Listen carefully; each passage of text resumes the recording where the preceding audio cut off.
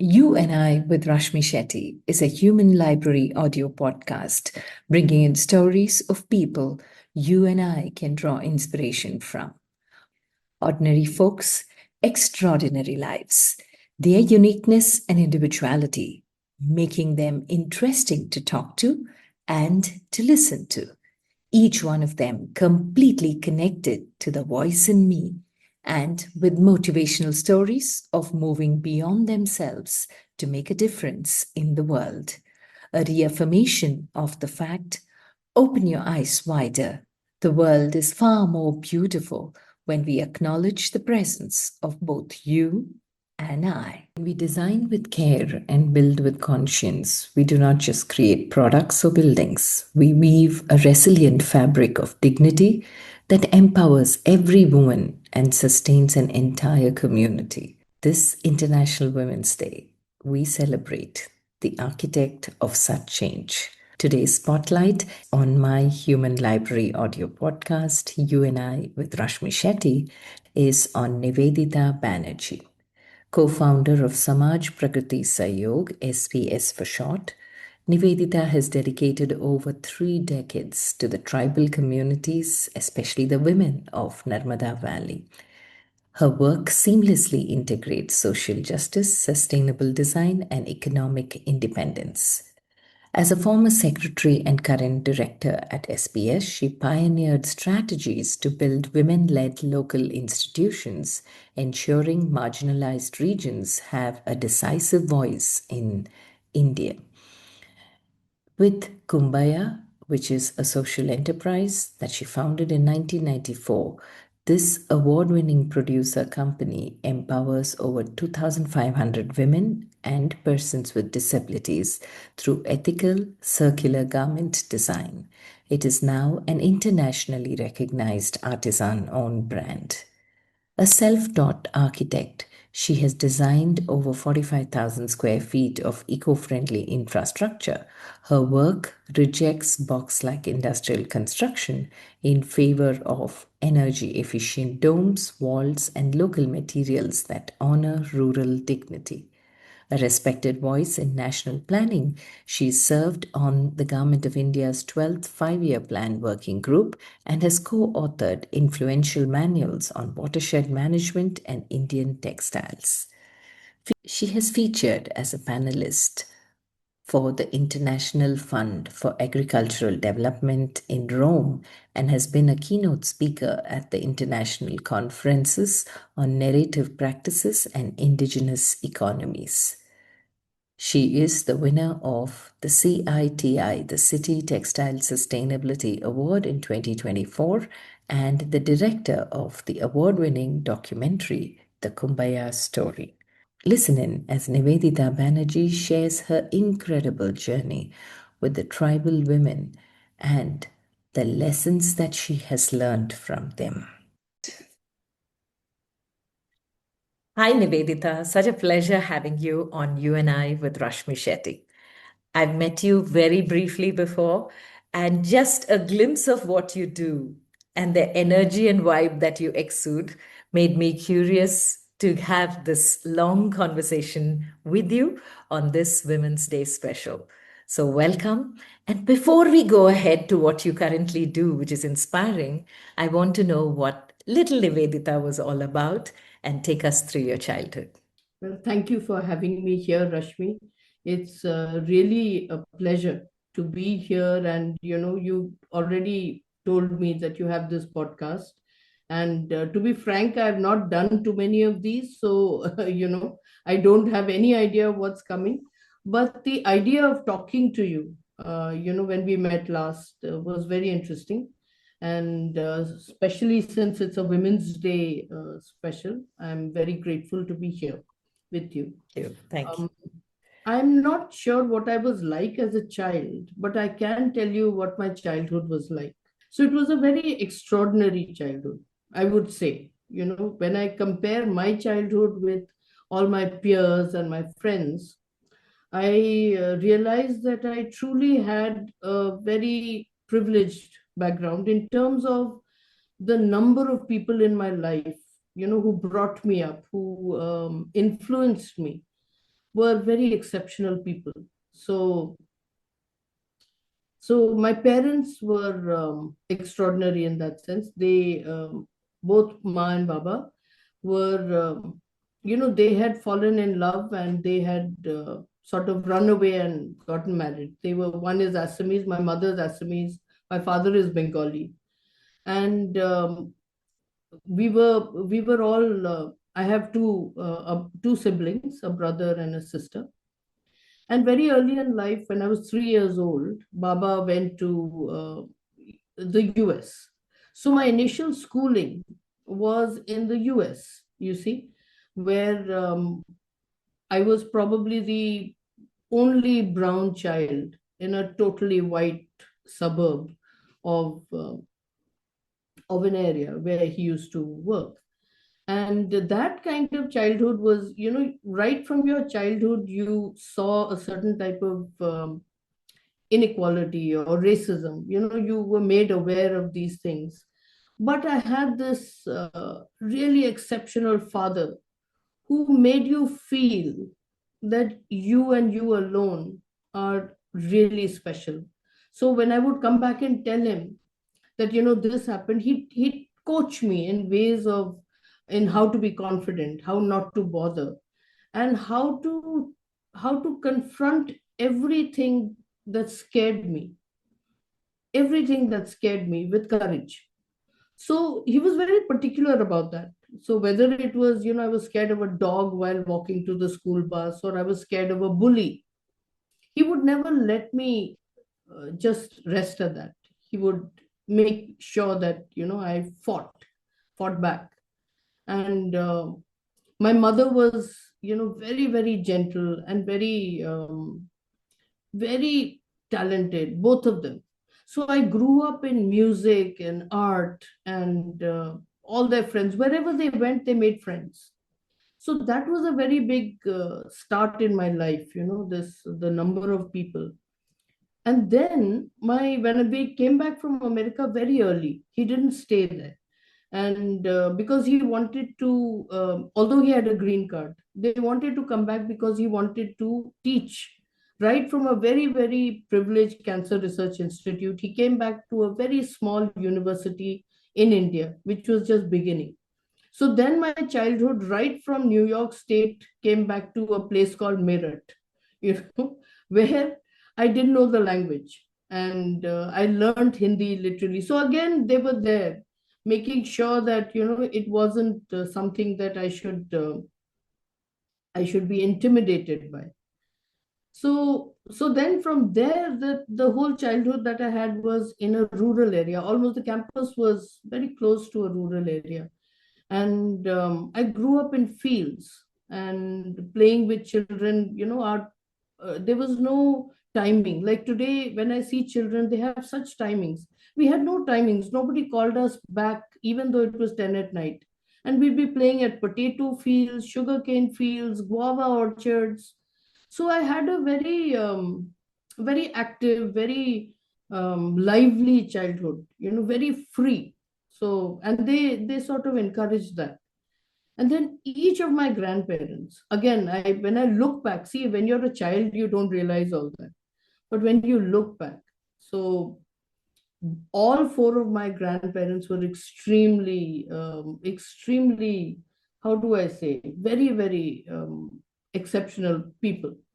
So from my father's side, my grand dadu was somebody who had studied in Shanti Niketan, was extremely learned. And my grandmother, my Didu, was a maths teacher. She had done a BSc, so they were all extremely educated, very accomplished. And all of them were into music and art.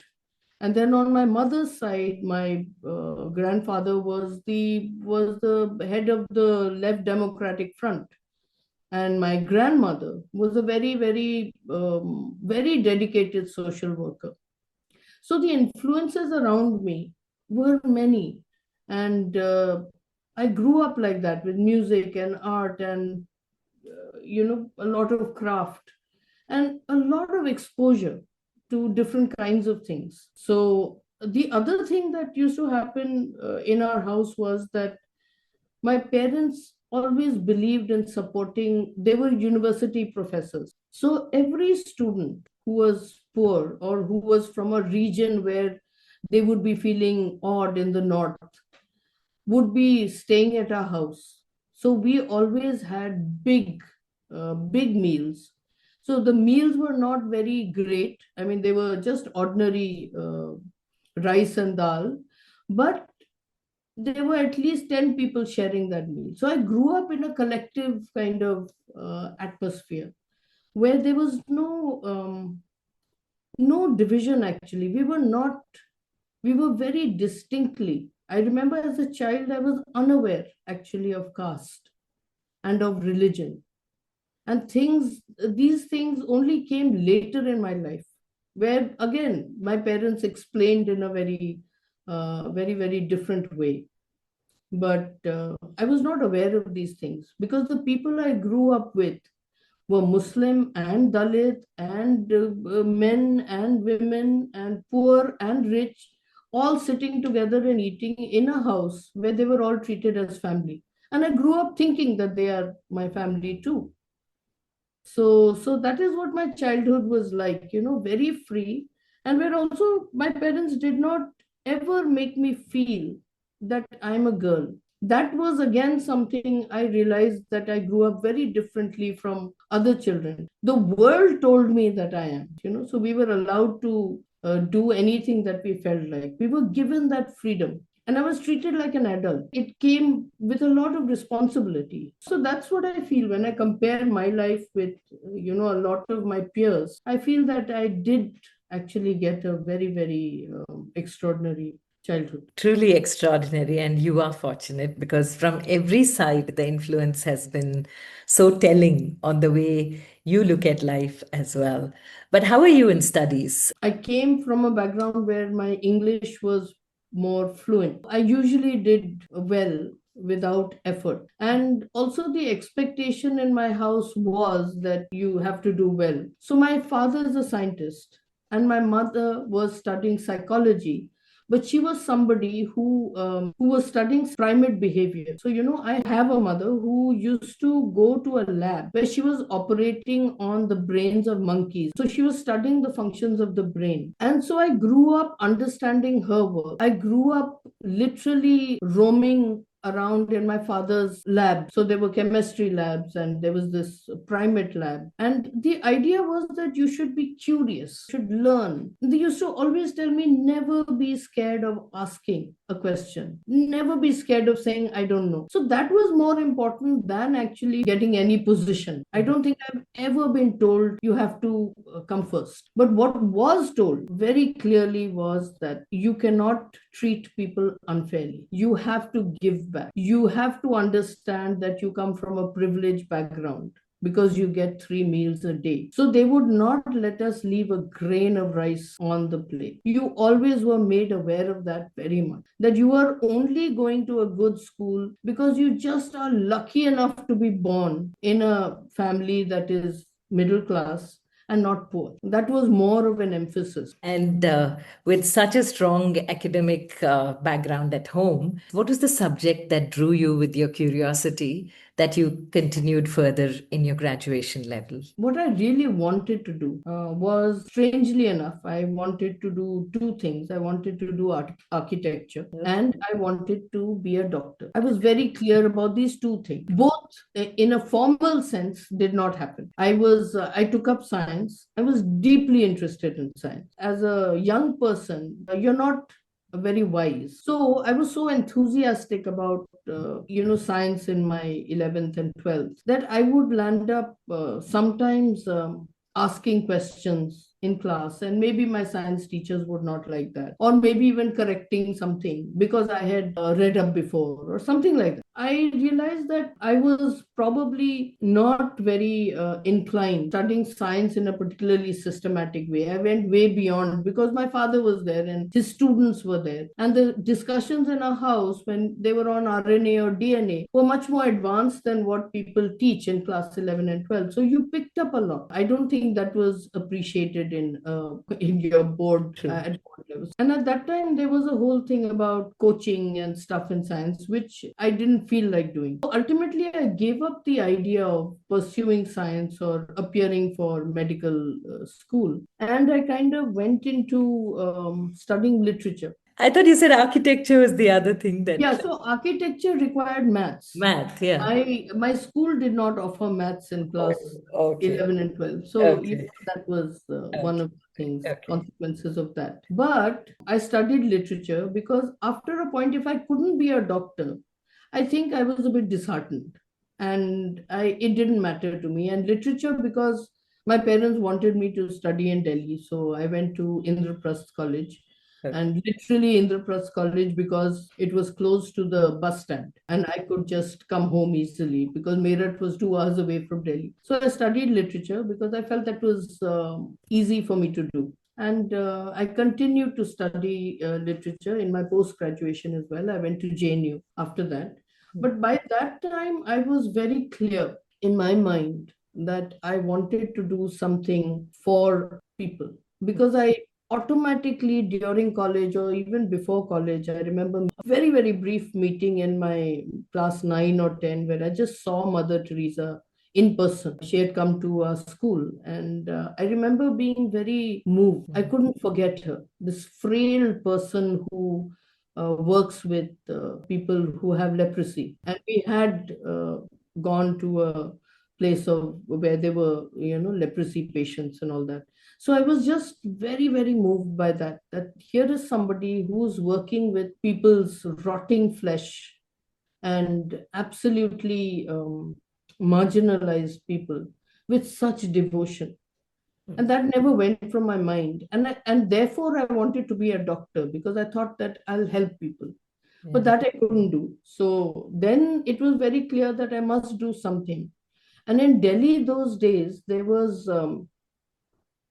you know, there was this whole feminist movement at that time, the anti-dowry movement.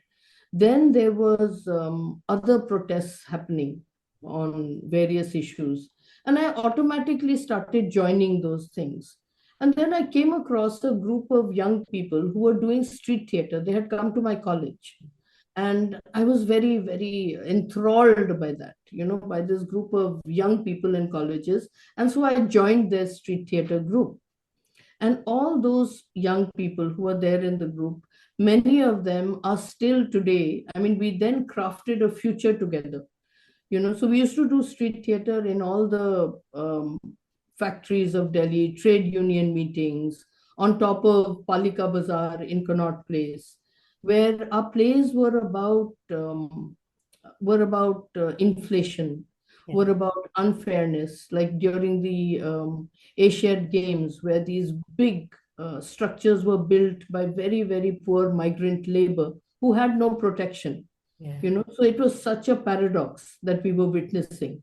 And our plays were about later on, the Sikh riots, in 1984, and then so all these things we used to do, and they were all political plays that were upsetting certain powerful people. And they were very radical plays. So there was a thrill of doing that and being surrounded by a crowd. It's like an arena which is very alive, and you are almost enacting something and in conversation with the crowd around you. But then we always used to feel at the end of the day, you go back to the safety of your house. Yeah. Right? And so what were we doing?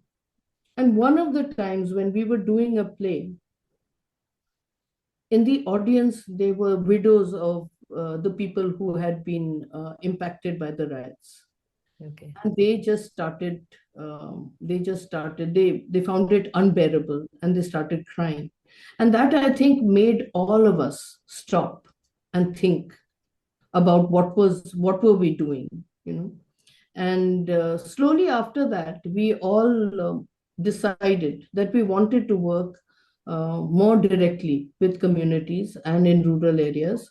So around that time, this is the late 80s, the Narmada Bachao Andolan started. Mm. And that was also led by Baba Amte. Yeah. So we met Baba Amte at that time, and he was involved with the Narmada Bachao Andolan, and that actually was the moment that everything came together. Because while we were there, we also felt that it is important for us to show an alternative. If we are saying no to big dams, then what is the alternative? How does one ensure water for rural areas? And we shifted to actually the Narmada Valley in Madhya Pradesh. Mm. So there were 10 of us. We were 10 friends, and most of us had done street theater together. Then there were other people who joined us. So these 10 young people, they just shifted to a rural area in Madhya Pradesh, and we started our organization, which Baba called Samaj Pragati Sahayog. Mm. We worked with watershed management, which is the exact opposite of big dams, where you make small dams and small structures with Mm. uh, earthen structures. So we started with that. We started with ensuring water harvesting in the local area around farms, because 80% of India's population is agrarian, is in rural areas. And out of that, most of them work on agriculture.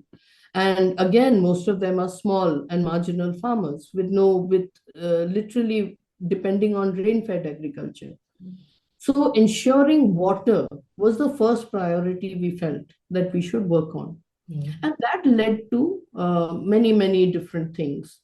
So, for instance, when we started working on water, we obviously had to think of agriculture, because when you're, harvesting water, then you cannot grow water intensive crops. What are the crops that are most appropriate for the region?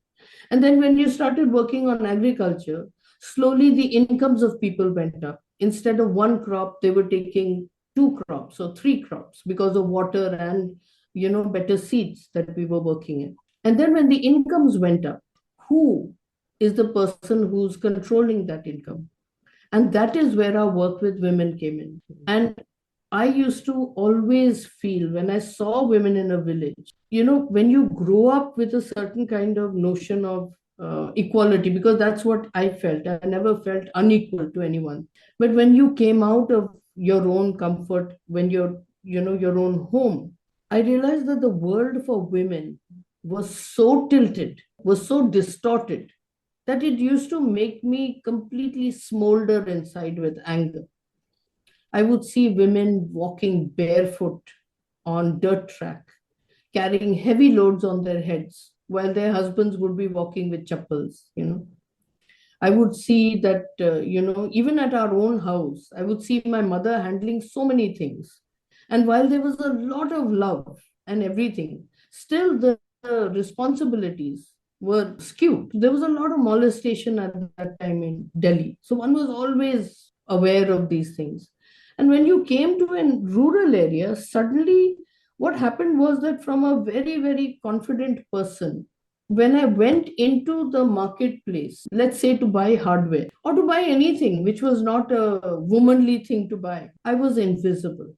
People would talk to my partner, people would talk to the man next to me. But if I went and said that I need a gate valve or I need electrical wire, it would be a blank look. And they would say, for what?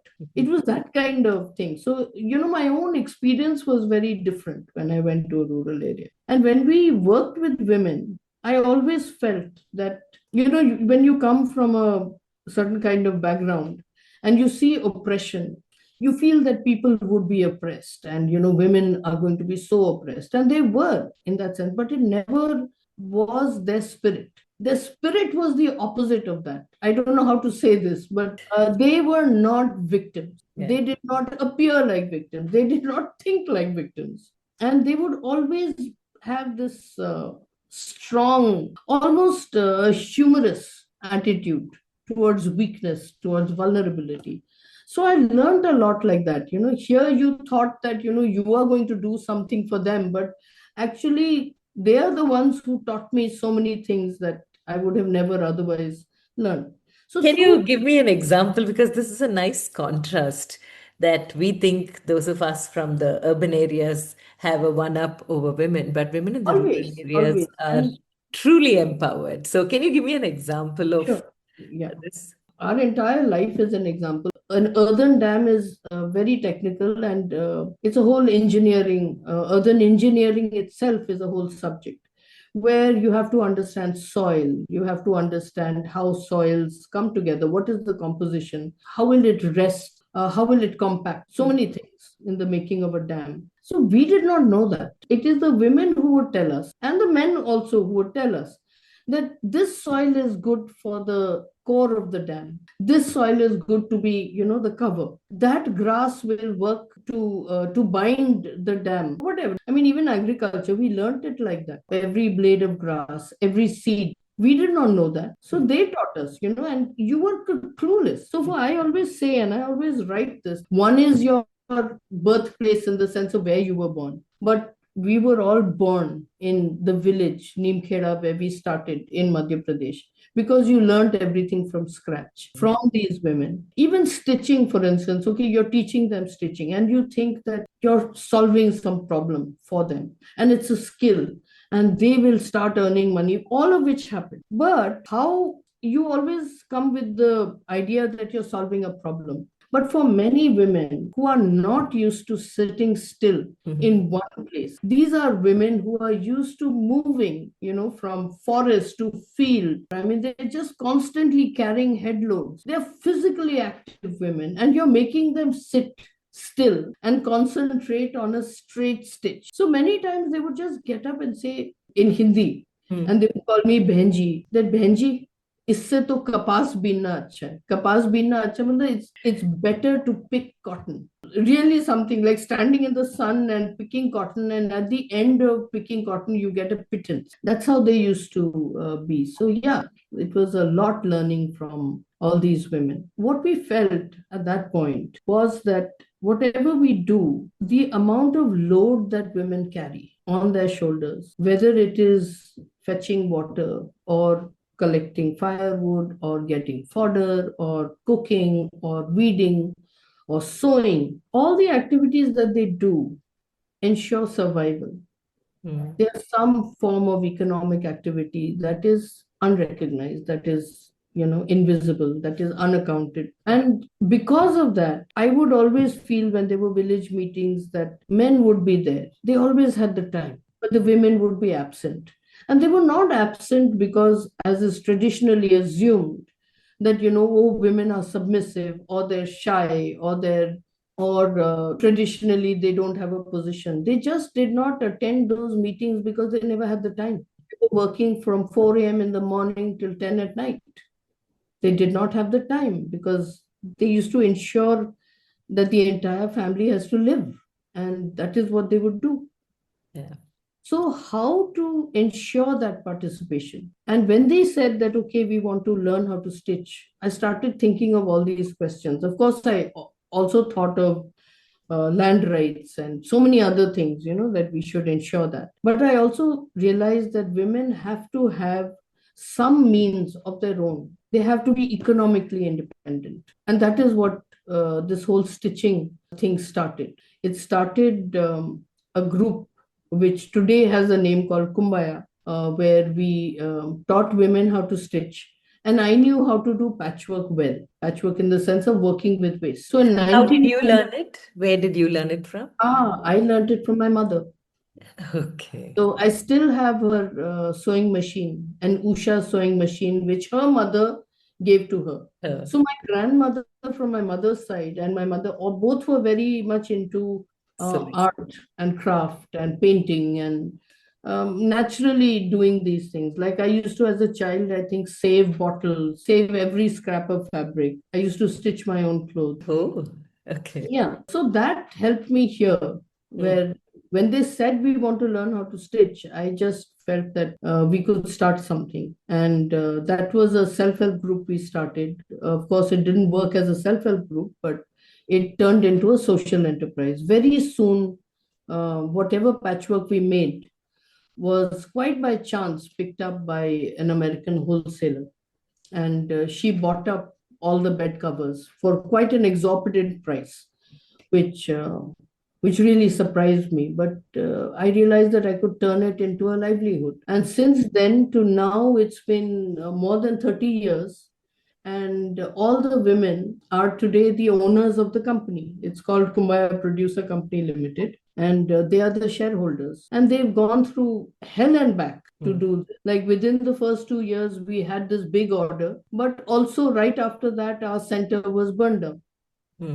So it was very discouraging and very scary that something as harmless as stitching could uh, lead to such a response. As But it was done purposely it by. was done purposely. Yes, it Oh, was done okay. purposely because, as I said, the 10 friends were also working. We were an organization, no? So we were working on forest rights, Mm. water rights. We were against hybrid seeds. So everything that the traditional axis of power was exploiting, we were sort of in the way of that. We were causing a lot of political unrest amongst the vested interests of the area. How did they even realize that you know to stitch? I forgot to say that Yeah. they noticed it because they would come to our house. So we Oh. lived in we used to live in where I used to live. There was this sort of, how do I say, like a person, like a small princely state. And Mm. they had this completely old fort in which they had cattle sheds. So Oh. those cattle sheds, we had gone to rent houses to stay in. So they gave us two rooms, which were like absolutely tiled roof and kacha floor, very roughly cemented. So we kept taking up more and more rooms, and they kept shifting the cattle further and further away till we finally took over the whole cattle shed because all 10 of us then shifted there, and my parents also joined. I used to like keeping the house pretty and beautiful. So I used to cut up everybody's clothes and make patchwork cushions and bedspreads because we had no money. I couldn't afford a lot of things, and there were 10 people whose places had to be set up. Do a lot of stitching at that time, and these women would come to our house on the village weekly market day, come and visit us and hang around, and then they'd see these cushions and realize that, oh, this is that one's kurta and that is that one's shirt. So they knew that I could. Okay, but another question, Nivedita. When you are going against the power and Yes. the powerful, the village is kind of mixed in between you and them. So, how did you win them over to your end to make sure that you are for their well-being and you are also against the powerful? That's really it's a very pertinent question because that has shaped so much of our lives. See, initially, Rashmi, we were just not aware of this opposition. We were so immersed in our work, in understanding, as I told you, what is this blade of grass about, and what is that tree in the forest, and what does that fruit do? Mm. What are these seeds like? That we were completely oblivious to Mm. the fact that our very, very simple work of making dams and getting composite varieties or thinking about agriculture, digging wells, all of that was creating somewhere a tremor of resistance in, as I said, the vested interests who are Yeah. basically, the local bureaucracy, which is, let's say, the forest guards, or we also did things which we were unaware that would create such a. We worked out a common grazing agreement. We worked out, we did something as radical as getting the land records updated in the village, where instead of going to the block office, 15,000 people came to our village, and we became the patwaris, the revenue officers, and got those land records updated, with the help of very radical collective. And at that time, we had no idea that, everybody would be getting upset. Politicians got upset with us Yeah. and said, what if you stand for election, which we had never any Thought intention. of, yeah. We realized that our work is leading to a lot of opposition. And somehow people were with us. There were only a few who were against us. But there was a lot of violence in the sense that I told you that apart from the burning, people were sometimes accosted. Sometimes one of our village founders was beaten up. Someone was pushed around. And then what happened, by that time, my father had joined the organization. He left his job when he was 50 years old and joined my work. And my mother continued to work as a university professor because she felt somebody had to earn money. Yeah. When he joined and he saw that we were being pushed around, one day he just went out without our knowledge as such and decided to sit on a hunger strike and said that till people apologize, the people who roughed up, there were some sarpanches and some other politicians. He said, till they apologize, I'm not going to eat. And for the first time, I think our entire community, the village, saw a different kind of protest where it was not violence against violence. It was not an eye for an eye. It was a different kind of resistance, a peaceful resistance where what you're trying to do is to ensure that there's a dialogue, that there's space, that there's room for someone to come and talk to you. And that is exactly what happened. We called it a Nijbal Satyagraha, which is like, a satyagraha of your own, with your own strength. I mean, that's all that we had. Yeah. Yeah. So that is what led to a change. We had to do 2 or 3 of these, I think, over a course of a decade or more. And that is how we resolved these conflicts. And at the same time, people saw that our work was benefiting and that it was very, very transparent. So I think our honesty and the fact that we ensured that everyone was included in this helped us along. It's not that the opposition stopped, but what truly changed the nature and scale of our work was when we started working with women. So at a point in time after these incidents, um, we felt that women should come together, and there were these other organizations like the Dhan Foundation and all of them who were working on self-help groups, and we wanted to work with women on self-help groups too. And Kumbaya, although had started like that, but we were very clueless about how to do it. So we made women's groups, and we made men's groups also. And we learned how to do it properly, and and the women's groups, from let's say 5 6 groups, today we are working with 3,000 groups. That's over 45,000 women. Amen. Okay. And all of them, 45,000 women are actually come together as 14 different federations. Each federation is of 3,000, 4,000 women who are financially extremely strong. And a federation brings all of them together in vast numbers. So that kind of solidarity then changes everything. Yeah. And I always take delight in saying that the men's groups that we started, and it's very bad of me to be happy about it, but whatever it is, the men's groups that we started all failed within 2 years. Oh, So, okay. yes. So people always think that it's easier to work with women. The conclusion, therefore, would be that a lot of people will say that it's much easier to work with women because women are more compliant, they're more submissive. Yes.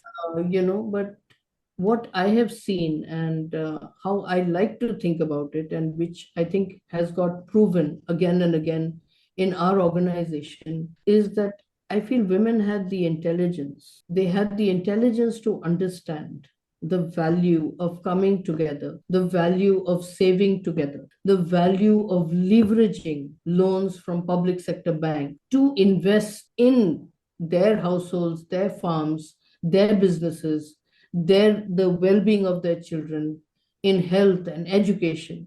So it takes a certain type of intelligence to be able to see that, to realize that, to work on it, to practice it, along with, 15 to 20 other women, peace Yeah. with consensus, with cooperation. And you've seen 45,000 women do that. The number of loans that they take, are over what, 120, 150 crores. That's what they deal with. So it's that kind of change I've seen, where women have come forward. Now, each federation is working in different regions, different areas in our entire region. All these federations, apart from livelihoods, is also working on social issues, on ensuring that all the government entitlements come to children, come to poor people, come to old people. The ICDS and the Anganwadis and the health schemes. They go to a PHC that is not working Okay. and insist that you have a doctor, and it works. It's that kind of change. Today, they're not sitting in their fields selling their small amount of crop at distress prices. Hmm. Today, they aggregate and sell it in bulk. And that is a separate company. It's called, Ram Rahim Producer Company, Pragati Producer Company. But it's again a company of almost 6,000 women farmers. Oh my So God. that has been the kind of difference that This has. is like fascinating, Nivedita. I didn't know this huge spectacle and the spread of magic that has happened. And all of this is in MP alone? Yes. Oh, wow. All of this is in our area. So we began with this tiny place in near Indore called Bagli. Mm. And we worked in Devas district. Today we're working in three districts in small, small places, but in over 650 villages. And our organization, the 10 founders are still friends and still together, but they're working on different things now. And now the second line of leadership from the local area has taken over.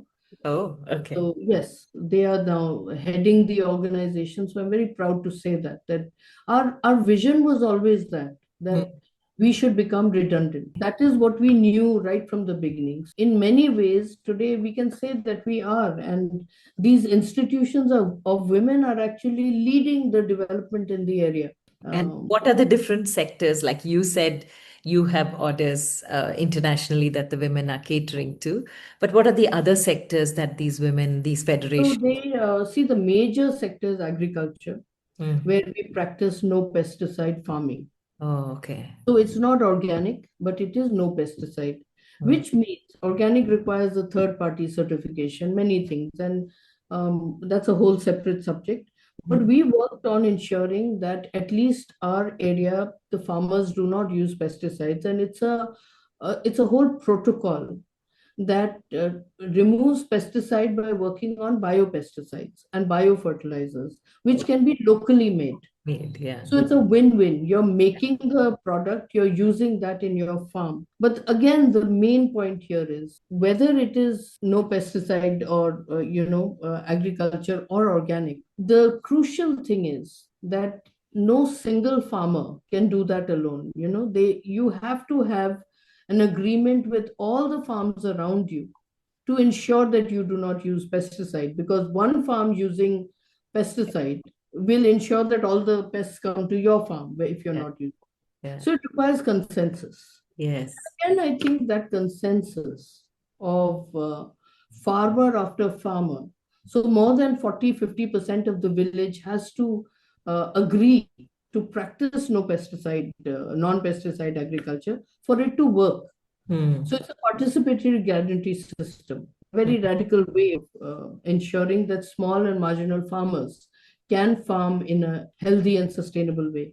It requires consensus, and I feel that we have only been able to do it because we work with women farmers. So for us, farmers in India are women. They may not have title to land, but we firmly believe that they are the farmers, and not just men. Truly empowering because this just gives me so much joy listening to it. And as you were talking about the federation and women taking these loans and repaying them, I recall Mohammad Yunus when he started his self-help group. It was first with women when he realized that women repay it. So much on time, and it became a huge hit. So ours is a step ahead of that. So he, of course, started it, and that led to Yeah. various forms of financial inclusion. So Yes. he's the pioneer in that sense. The system that we follow is that the organization, we are not a microfinance organization. Hmm. So microfinance institutions. So the women's institutions are completely independent of us. Okay. So the organization Samaj Pragati Sahayog, for instance, does not touch the money. We have nothing to do with it. We connect the women's groups to public sector banks from where they are independently registered federations. They are registered non-profits who raise the loans and use the money for their own work. So Hmm. it's very different. It's their Okay. direct connection with the bank. So each woman will have a bank account. Each federation will be independent of other federations and completely independent from Samaj Pragati Sahayog as well. So we are there for nurturing, for hand holding, for supporting in every way. So whereas a microfinance institution, an MFI, is something that directly works and provides the finance at a Yeah. certain interest rate. So Yeah. that is a different model. So Okay. here the self-help group is also to do with, it's more like a social institution as well. Like when COVID happened, it is these women. So one of the things that is really remarkable, like you were asking in the beginning, how is it that women teach you? Yeah. They get, every group will have a surplus. They have an income because they Mhm. charge a certain amount of interest and they have that income in the group. That surplus, 50% goes back to the group as their surplus. 50% they reserve, divided into two things. One is a contingency fund, 30% of that, but 20% will be kept as a social fund. They reserve it as a social fund, which is used by their agreement to support some social cause. So a lot of the groups, they have opened digital learning centers for adolescent girls. Like they've bought computers, they've taken up a room, they've set up that place so that every girl can come in a rural area and learn the computer. These are facilities which are not there, which we take so much for granted in urban areas, right? Every child has a computer. Every school will have computers. In rural areas, there's no hope. It's hardly there. Yeah. But here, every federation has now opened that. That is just one example. All the women, through their own earnings, have mobile phones. All their accounts come because of a software that one of the professionals in the organization designed a software. Again, not someone from an IT background, someone from the local area who's worked with us and who's today leading the organization. So that software keeps track of in real time of each woman's transactions, loans, interest, everything, which comes on their mobile. During COVID, two things happened. Uh, Everyone knows the lockdown, and it happened at a time when for Kumbaya it was peak season. We were heavily doing orders and very busy, and suddenly everything stopped. And at that time, those 2 months really killed Kumbaya because there was a huge order that we had done, which was not picked up by a buyer. It was over 70 lakhs and all. And we were completely no money, nothing. It is these women who came to our rescue and gave us an order for over 1 lakh masks, just so that we could continue to keep producing something. And that was such a moral support and a financial support. Then, before any of the organizations and even us, before we could start relief works, the women's federations themselves started collecting money and grain to support those people, those migrants who were coming back from urban areas. Hmm. So poor women supporting poor women. I think it's a sight I have not seen. And the support, Rashmi, was to the tune of 2 crores over 2 years, Wow. entirely done by the women. So it's unimaginable. That Yeah. kind of generosity, that kind of open-heartedness is something that one has had the privilege to witness. Like I told you in the beginning, that I wanted to be a doctor. Hmm. I wanted to be an architect. In some roundabout way, I wanted to do art. I wanted to teach. All those things have come true. Where today, because I'm working here in this organization, we have a health program. And we have very good friends who are working on health in other parts of the country. Hmm. And these problems of, when you see health in a rural area, you really understand how skewed development is. Hmm. The normal health facilities we take for granted are not there. Yeah. But because of our work, I learned from the best doctors how to be at least some kind of health worker, where I can understand someone's very common illness. I will know what to do about it. I will know what kind of help to get. I know some rudimentary veterinary care, Hmm. rudimentary health care, but at least I'm able to help people Help with it. whatever I know. So, in that sense, that whole thing of wanting to be able to help people through medical training, a part of it, I Hmm. can say, one has got the privilege of being able to do. And Yeah. the other part, which I said I wanted to be an architect. So when we were here, there were no buildings. And as we grew as an organization, the government gave us land on lease. And we got some funds from the Ministry of Rural Development to make a campus where it would be a support voluntary organization for other organizations to come and learn watershed management, other things. Now, who would build that campus? So we had friends who were architects in urban areas. So there are these two famous architects who came, both through friendship again. And again, I had the privilege of working with them and building with them, and that too on innovative architecture. The kind that where you're trying to minimize the use of energy intensive resource like cement and steel. So, like what Laurie Baker would do, or people who had actually probably studied with him or studied his work. So, learning from these architects, I actually got involved in building, in construction, right from excavation to ordering materials to seeing how they are built and following drawings. And as a result, over the years, I realized that I have a natural bent, Yeah. a natural affinity for it. It's something that completely absorbed me, and I love creating spaces. So over the years, I've sort of become a builder and an architect now, and I still enjoy doing that. So I've had the chance to build many buildings with these learnings and constantly innovate on how to optimize the materials you have, how to create spaces which are gentle and sensitive, and again, do not use, make people feel peaceful, and yet do not use too many, and are also costless. Yeah. So, Yeah. so that has again been another privilege in life. So I can't help saying that every bit that one could have wished for has happened, and more than that.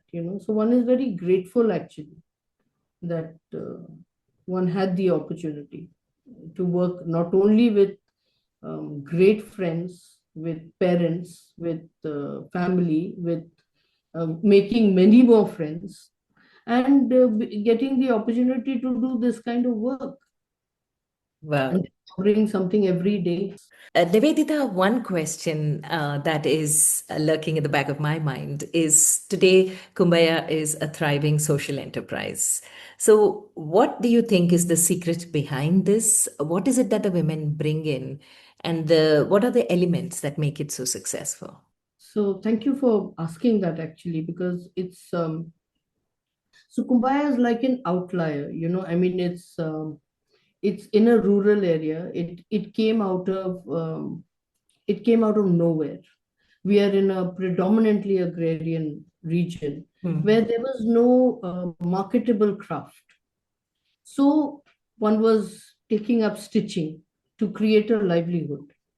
And I think through that endeavor, through that struggle, through that whole effort, one of the things that I realized is how important design is. How, which one take many ways design is taken for granted uh, in our lives. And one thinks that design is taught in very elite schools, and it is taught in a particular way, which makes a designer or or the attempt to design something very separate from life. But during Kumbaya, I realized the power of design to change things, to create things. And it did not come from some preconceived idea. It literally came from the fact that I was working in a rural area where nothing was available. There was no raw material, there was no machinery, there was no shed, and in the middle of, and no skill.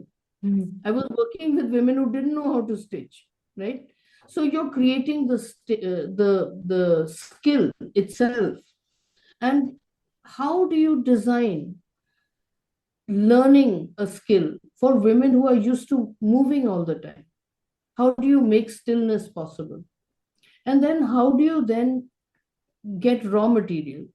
So waste came into my life. It's literally like that. You understand design is not one thing. It's a whole coming together of different things. So it's not just about the product. When we think of design, we think of a form, a result. It'll be a garment or a box or whatever. But actually, design is about the entire journey, the entire process of creation, which comes together in different ways. It doesn't come together because of you, right? You are not instrumental in that. It comes together because of what you see and the resources around you that you use to the best of your ability.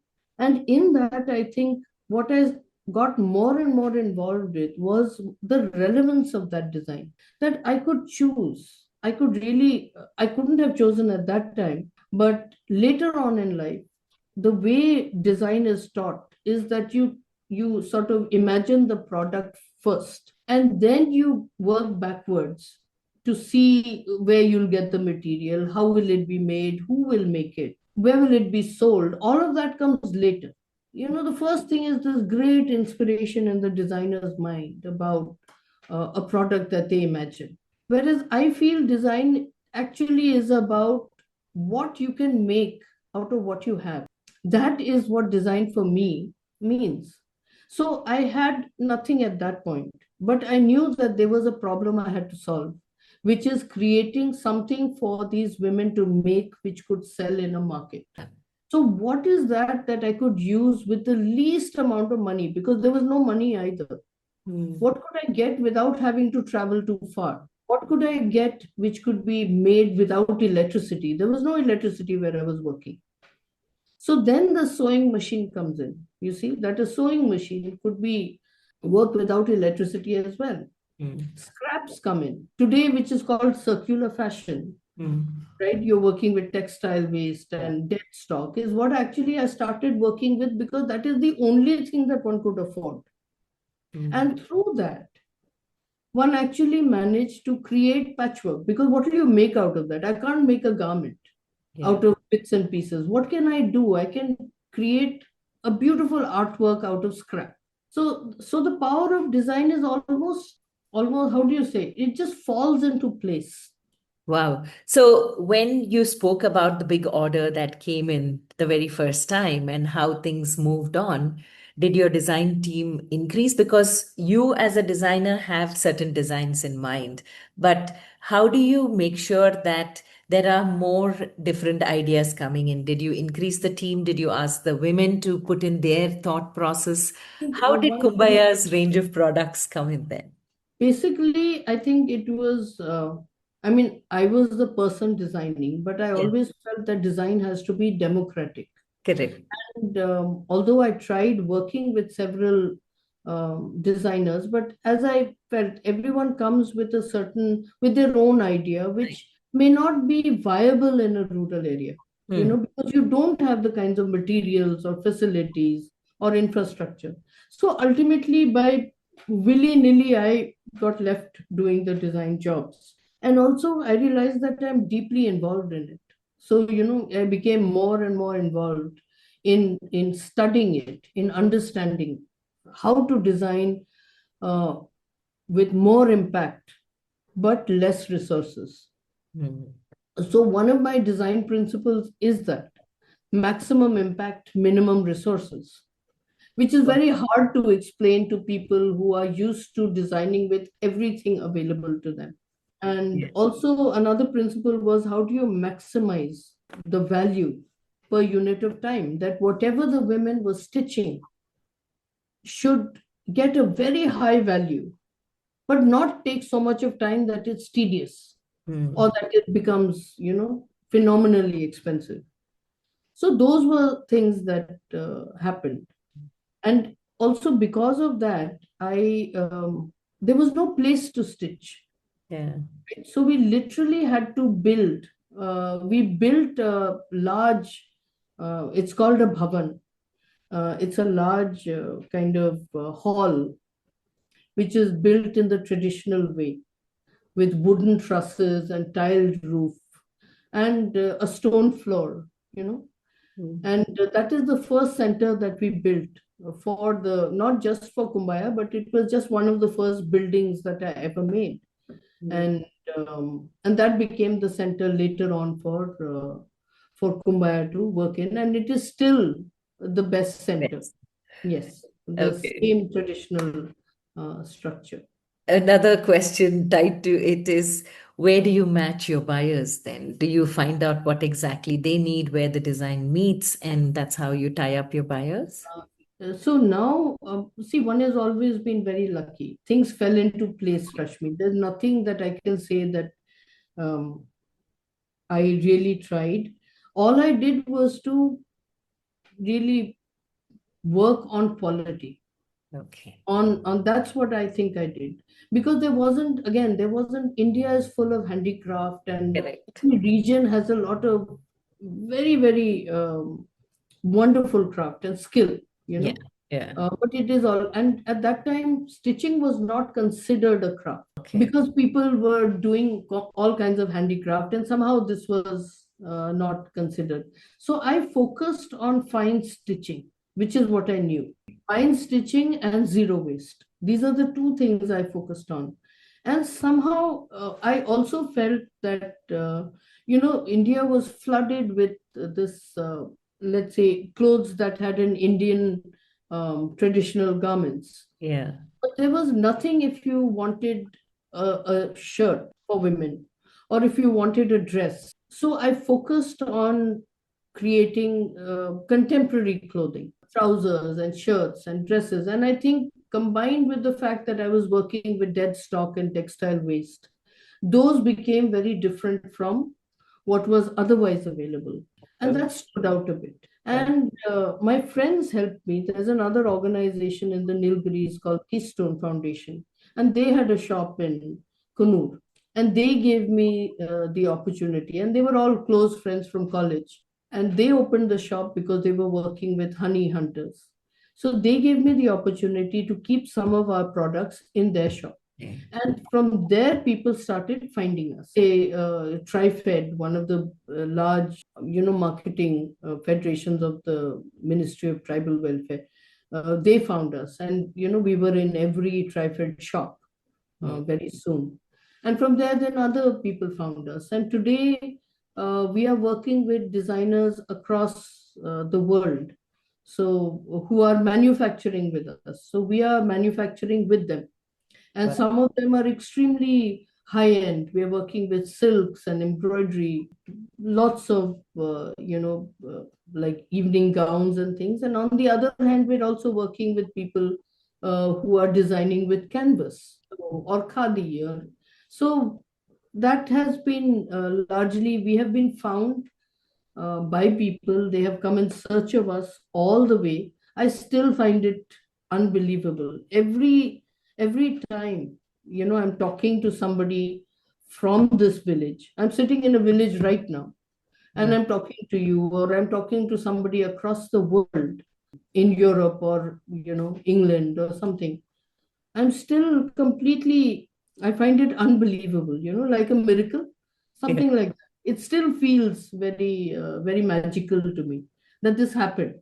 You're Yeah. sitting in the middle of nowhere and producing for countries in different parts of the world. So, Oh. You are magic. And you definitely have magical fingers, which led the way to what you're doing. Wonderful. And any particular story, because you said now the second line has taken over the leadership, any particular story that continues to fascinate you on the work that you had taken more by life's design and how you were led into it, that today, when you sit down and connect the dots, Mm. any one story, I'm sure you have plenty, but any one story that has stayed with you and always makes you proud and smile at what life chose for you? Yeah, as you say, there are many, but one that always stands, there are actually two. Can I tell you Oh, about yeah, two? yeah, sure, sure. So, one of the things is that, you always feel, at least in our organization, in all NGOs, you will notice this, that there will be a group of people who are from very professional backgrounds, from elite educational institutions, who are sort of leading the organization. And then there are people from the local area. There's always this divide, not a divide, but a certain type of hierarchy. And I think the way SPS has, we say SPS for Samaj Pragati Sahayog, all these hierarchies somehow were broken. They were, if not completely, obviously not completely absent, but they were broken. Like today, the leadership of the organization is not from people who have come from other states or urban areas. It is actually people who have been in this area, who have been educated here, who have built their capacities while working in the organization. So many of them are local youth who have now worked with us for over 20 years and today are our leaders. And the other thing is that in the other sense, all the women have emerged as fascinating leaders, each one with a different personality, each one with a different strength. And it is beyond a dream, in that sense, to be able to understand different perspectives, which are maybe totally radically opposed to yours. So that has been one experience which, you learn something new from all the people you work with all the time, Yeah. how to look at life and politics. And the other thing I feel is, again, what I was telling you about people's generosity, which one of the programs that we do is on malnutrition. It never fails to move me that when you see a child suffering from malnutrition, it is a terrible thing. Think that, there is not enough for that child to eat. It's unbelievable that in a country that says that we are fifth in the world in terms of GDP, you have such malnutrition in the area. But one of the deepest moments of humility was when we found many children who were suffering from malnutrition, and the women of the community came forward with bananas and milk from their own meager earnings. They would buy bananas and milk for some other child in some other family to get that child out of severe malnutrition. I don't think I've seen anything so human. And that is what keeps your hope alive, that this is possible. You briefly did touch on COVID, and COVID has been a huge learning for all of us, whichever space we are operating from and wherever we come from. What has your learning been from COVID, Nivedita? Well, many things actually, and many surprising things. See, we always think in urban areas, right? When you're in an apartment building or you're anywhere, because of the way life has gone, there's been more and more distance between Correct. people. People are not like, let's say, what we had 30 years ago. Communities have changed. People Yes, have turned into yes. nuclear families, and each with his own. With her own life. But what COVID taught me here as well as in cities was how deeply embedded the sense of community is. One got help, whether it was in an urban area or in a rural, you got help regardless of any kind of deprivation. People just reached out in apartment blocks where nobody knew anybody. If you remember that time, the community just came together to help the elderly, to help people who were sick. That was all spontaneous. There was nothing that was scripted. You remember that spontaneous feeling of strong community coming together to help each other. mostly. Yeah. Of course, there are other stories. I remember those as well. But I remember this part very distinctly. And in our area, what happened was that, as in the rest of the country, and we saw how, what happened to all the people who are poor in urban areas, and they all came back to rural areas where they were welcomed with open arms. And Mm, that's what we saw. We mm, actually saw that. mm, How the community made space, made arrangements, made provision for those people to come back home mm, safely. It mm. was a community effort. Yeah. At that time, there was a wheat harvest was just ripening. This is March. So wheat is ripening and lockdown has happened. People had just harvested and kept it. Some of them had kept it, some still had to do it. And I remember everybody getting together, this whole women's federations getting together to aggregate the wheat, take it to for milling, Mm, to turn it into flour, get it back and distribute that as relief, groceries and mm, flour and everything to people who had come back with nothing. So it was a massive effort, and I actually saw that happening during lockdown. So I think COVID left me with that mixed feeling that community is right there. And what is it in our social arrangements that prevents that community from coming together otherwise? Now that COVID is not there, again, people are back into their fragmented, their indifferent lives. One keeps thinking of how do you get it back? How do you tackle the bigger issues that are there in our lives? What's happening in the world today, Rashmi?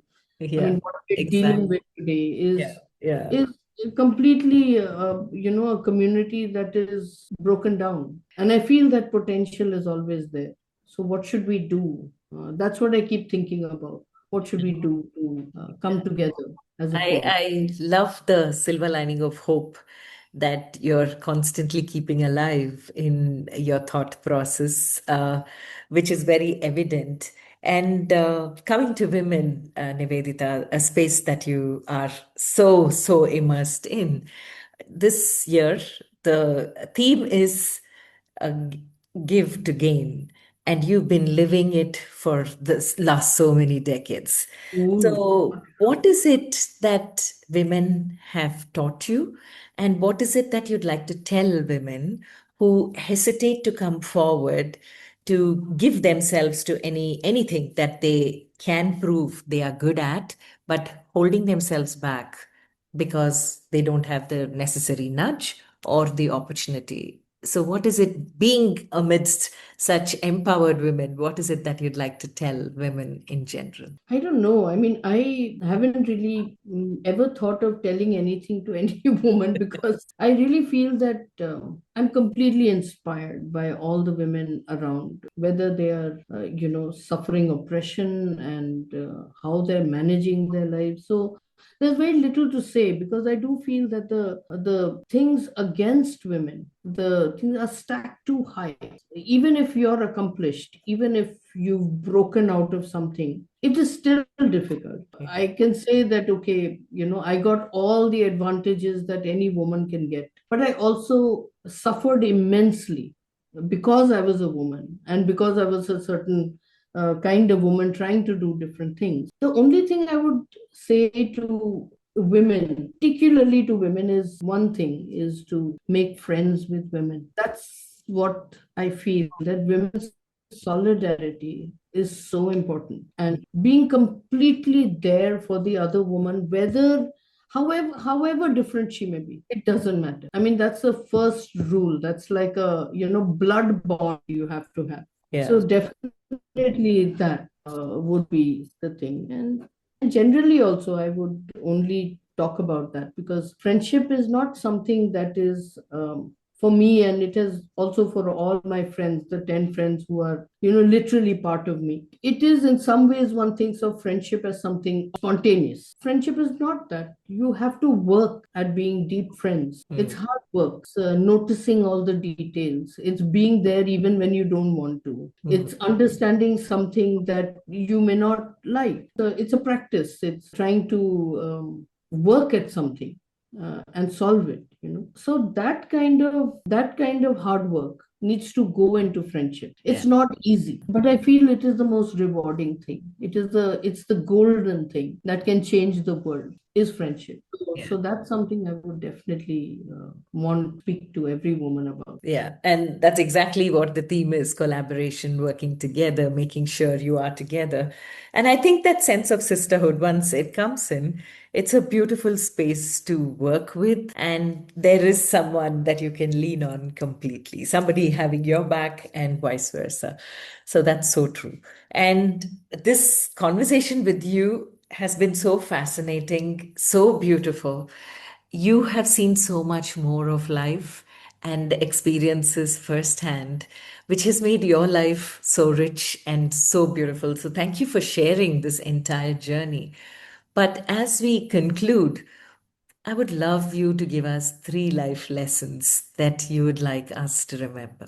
Again, for as a life lesson, I would again talk about friendship, because I feel that's something we don't pay attention to, and we should. And it is the most joyful thing. It is the most joyful thing to go out and all your life continue to make friends. Make friends with your neighbors, make friends with the shopkeeper, make friends with the auto driver, make friends with the passenger in the metro next to you. So that is the way I feel that, life has meaning, where even for that brief moment, if you just connect with another human being, it's like a spark. You don't know why you're connecting, but I feel it adds to the different sparks of happiness or goodness or whatever it is. So Yeah. that is one. The other thing, again, connected to friendship, is definitely learn to love in a certain way. So love is very important. How we love and how that love is, and I'm not talking about just a romantic love. I'm talking about deeply loving people, deeply loving what you do, to understand that, to keep that flame alive. My mother always used to she still says it to me: there's this flame in your heart, of love, and don't let bad experiences extinguish that. So when something is happening to you which is bad, just hold that flame, keep, like, protect that flame with your hand and keep it alive, because it's the most important thing, the ability to love. It doesn't matter whether you're loved in return or not. I Hmm. would even go to the extent of saying that it doesn't matter. One has to continue to do. And the third thing I would say, which I would really like to say to everybody, is to be useful. Learn to be useful. So not just good. I've understood that by working here. You come here thinking that you're educated and you have done this or that or whatever. How useful are you? Do you know how to what health problems people are having? Are you good at the computer? Can you do accounts for somebody? Can you cook well? Do you know how to clean a toilet? Can you drive? Do you know how to fix a fan? I think these are things which are important to think about. Yeah. That be useful to someone. Learn how to do that. So don't just think that you're accomplished because you come from a certain background. You know that you're good at something. But whatever you're good at, there are many other things that you could also be good at. And whatever you're good at can be used to make someone else's life easier or better or happier. So I would say that yes, usefulness is a very important thing for me. Okay. So, friendship, love, and being useful. Feels quite mundane, but that is They're so important for being happy. And because joy is something that you create from within. And if you follow these three, I think you'll be joyful all the time. So nothing external can shake that joy from within. So lovely. Thank you so much, Nivedita. God bless you for the work that you're doing. And uh, I only wish and pray that we have more Niveditas like this and your group of friends who have created such a beautiful, beautiful community around where you are and making sure that people thrive. And that utility that you bring in wherever you're going is something that should spread like a wildfire. Thank you for being you. God bless you and all the very best. Thank you so much for sharing your story on You and I with Rashmi Shetty. Thank you, Rashmi, for giving me the opportunity to talk like this. It was really enjoyable talking to you. I have no idea what I've said, but it was just, I don't think anybody's ever asked me about my childhood before. So that was, the start. Thank you so much. Pleasure. With that, we complete this episode of You and I with Rashmi Shetty. Do let us know if you know inspirational people whose story needs to be heard. You can write in at rashmi.thethirdeye@gmail.com. That is rashmi.thethirde@gmail.com.